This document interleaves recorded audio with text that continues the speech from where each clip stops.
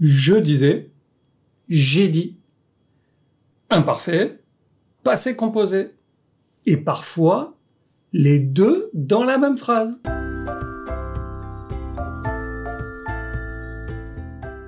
Avant de commencer à t'expliquer tout ça, quand utiliser le passé composé, quand utiliser l'imparfait, comment utiliser les deux dans la même phrase, pense à télécharger le petit PDF bonus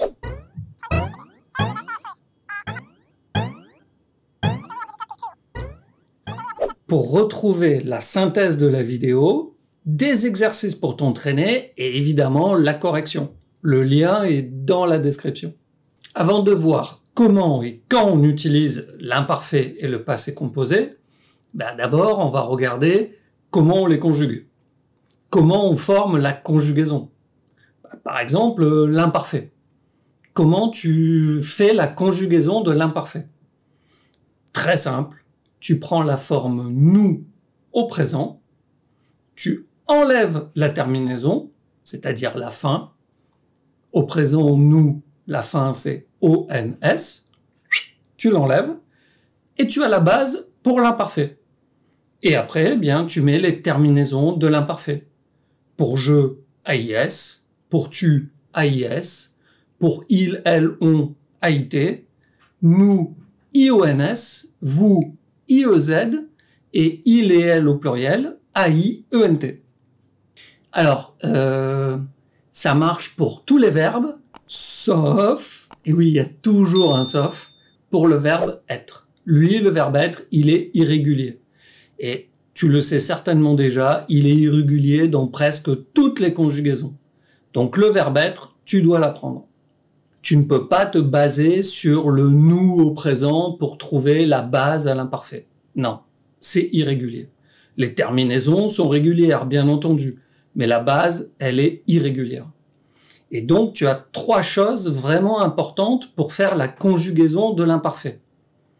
La première, c'est le verbe être. J'étais, tu étais, il était, nous étions, vous étiez, ils étaient. Tu dois l'apprendre. La deuxième chose importante, c'est que pour mémoriser la conjugaison, en fait, tu as seulement 3 sons. J'étais, tu étais, il, elle au pluriel était. Tu vois, c'est la même phonétique. Et après, tu as nous étions, vous étiez. 3 sons à mémoriser et tu connais l'imparfait. Et le dernier point, c'est justement pour le nous et le vous, on doit bien entendre le i. Par exemple, avec le verbe dire, nous disions. Parce que si tu ne prononces pas bien le i et que tu dis nous disons, c'est correct, mais c'est le présent, pas l'imparfait. Donc bien faire attention avec le nous et le vous, de bien prononcer le i. Et la conjugaison du passé composé, c'est simple, tu le connais. Le verbe être ou avoir au présent, suivi du participe passé du verbe. Donc ça, je te recommande quand tu prends des notes, que tu apprends un nouveau verbe, note-toi toujours également le participe passé du verbe. Le verbe dire, ok, très bien, participe passé, dit. Le verbe résoudre, tu découvres ce verbe. Ça veut dire trouver une solution. Le participe passé, résolu. Comme ça, tu le notes à côté. Parce que de cette façon, pour le passé composé et puis pour tous les temps composés, très simple, tu pourras faire la conjugaison. Alors bien entendu, fais très attention avec le passé composé de bien choisir l'auxiliaire, c'est-à-dire être ou avoir. Et pour ça, j'avais fait une vidéo spécifique pour que tu retiennes quel auxiliaire tu dois choisir. Après ça, tu ne feras plus jamais l'erreur entre être ou avoir. Parce que ça, c'est vraiment l'erreur typique de l'étudiant étranger qui apprend le français. Donc maintenant, rentrons dans le vif du sujet. Quand utiliser l'imparfait et le passé composé? Alors pour ça, on va voir les deux en parallèle. Tu vois, parallèle, perpendiculaire, parallèle. Là, on va regarder les deux en parallèle. Le passé composé et l'imparfait. Parce que tu verras que souvent, c'est un peu l'opposé. Pas toujours, pas exactement, mais pour le mémoriser, c'est quand même une bonne technique, ça. Par exemple, on utilise le passé composé pour parler d'un moment précis au passé. Hier, j'ai mangé une pizza. Et donc, si le moment n'est pas précis, l'imparfait. Quand j'étais jeune, j'aimais manger des pizzas. Être jeune, c'est pas hyper précis. Alors que hier, oui. Encore une dualité, une opposition, le passé composé pour parler d'un moment qui est unique, qui est arrivé une seule fois. Un jour, Windows a fonctionné sans problème. Un moment unique.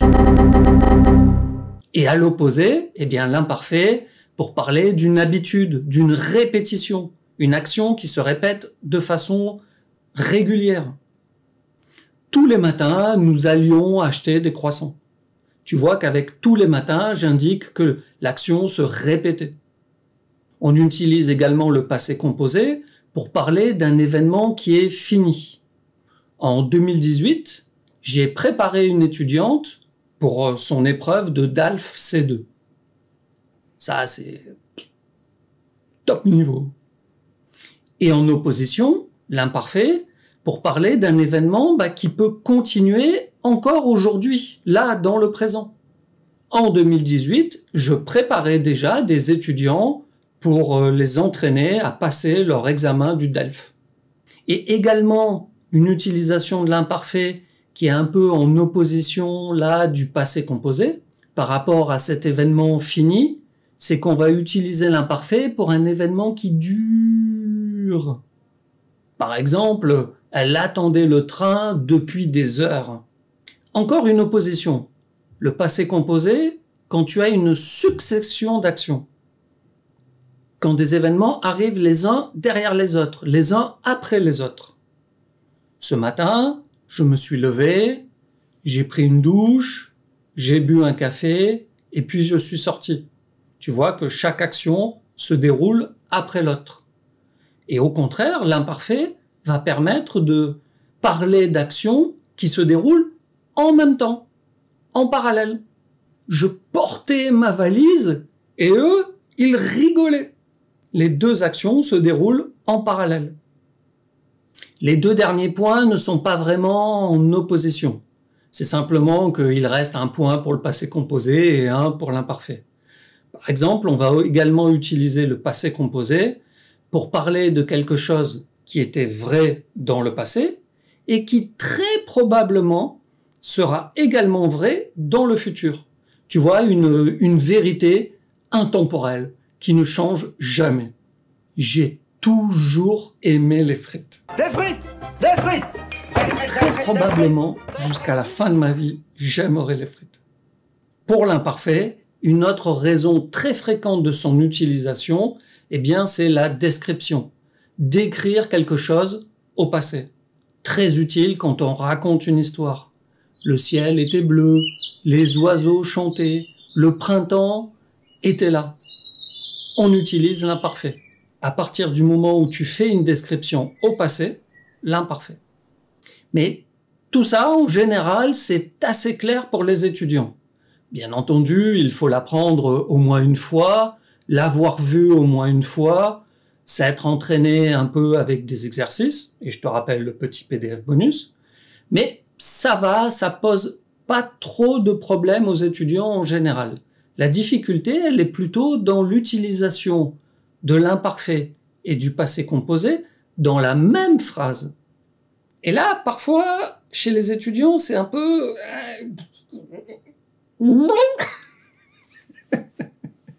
Et l'intérêt d'utiliser l'imparfait et le passé composé dans la même phrase, ça va te permettre de distinguer ce qui est du contexte de l'action principale. Tu vas donner dans la même phrase des informations sur ce qui se passe autour de l'action et spécifiquement sur l'action. Le contexte, la description, l'imparfait, et l'action principale, le passé composé. Et on va se servir de mots connecteurs pour permettre à la personne qui nous écoute de comprendre que là, hop, on change de situation.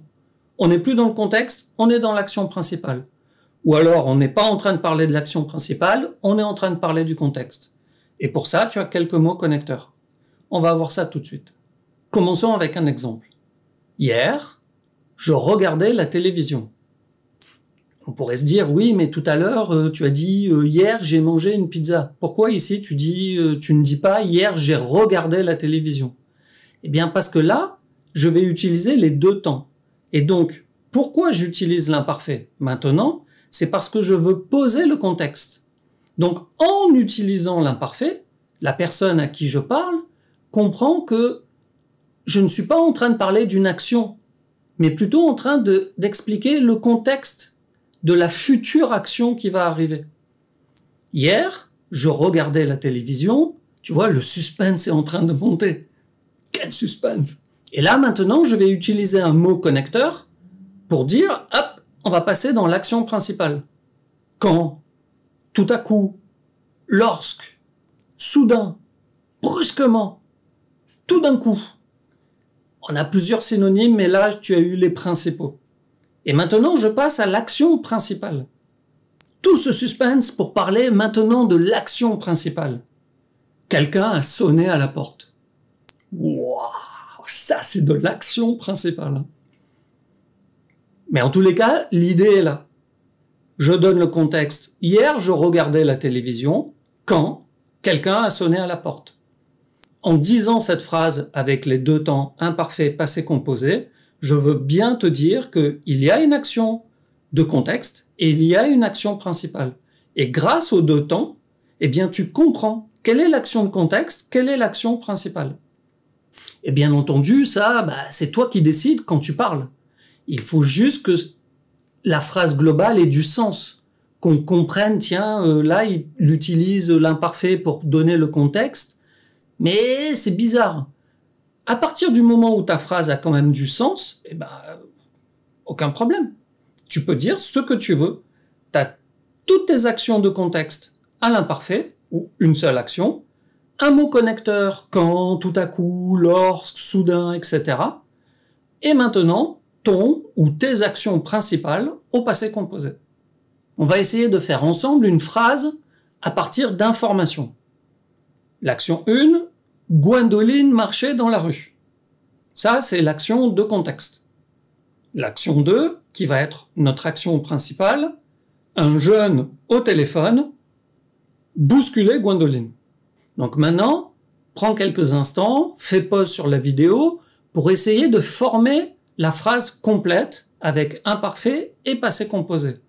Et le mot connecteur pour indiquer que tu fais la transition du contexte à l'action principale. Allez, fais pause quelques secondes pour faire la phrase. C'est bon? Tu as fait ta phrase? Allez, on la corrige ensemble. Action de contexte, c'est Gwendoline et le verbe marcher dans la rue. Gwendoline marchait dans la rue. Pas très compliqué. Maintenant, j'utilise le connecteur. Quand, soudain, tout à coup, lorsque. Mon action principale, c'est un jeune au téléphone bousculé.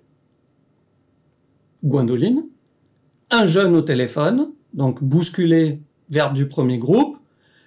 Il se conjugue avec avoir. Va voir la vidéo pour être sûr. Les verbes être et avoir.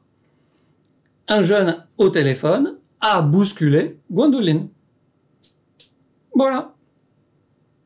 Dans le petit PDF bonus, tu as plein d'autres phrases d'exercice, évidemment la synthèse de la vidéo de ce qu'on vient de voir, pour t'entraîner. Et essaie comme ça de faire différentes phrases avec ces deux éléments. Ça enrichit énormément les informations que tu communiques à ton interlocuteur. Et puis si tu as aimé la vidéo, mets un like, abonne-toi et le petit PDF bonus. Et bien entendu, transition parfaite sur l'utilisation du passé composé ou de l'imparfait, c'est comme je te l'ai déjà dit dans la vidéo, pense à être sûr de pouvoir utiliser correctement être ou avoir. Et pour ça, eh bien, ici, tu verras que être, non, on ne l'utilise pas pour les verbes de mouvement. Je te jure, va voir ici.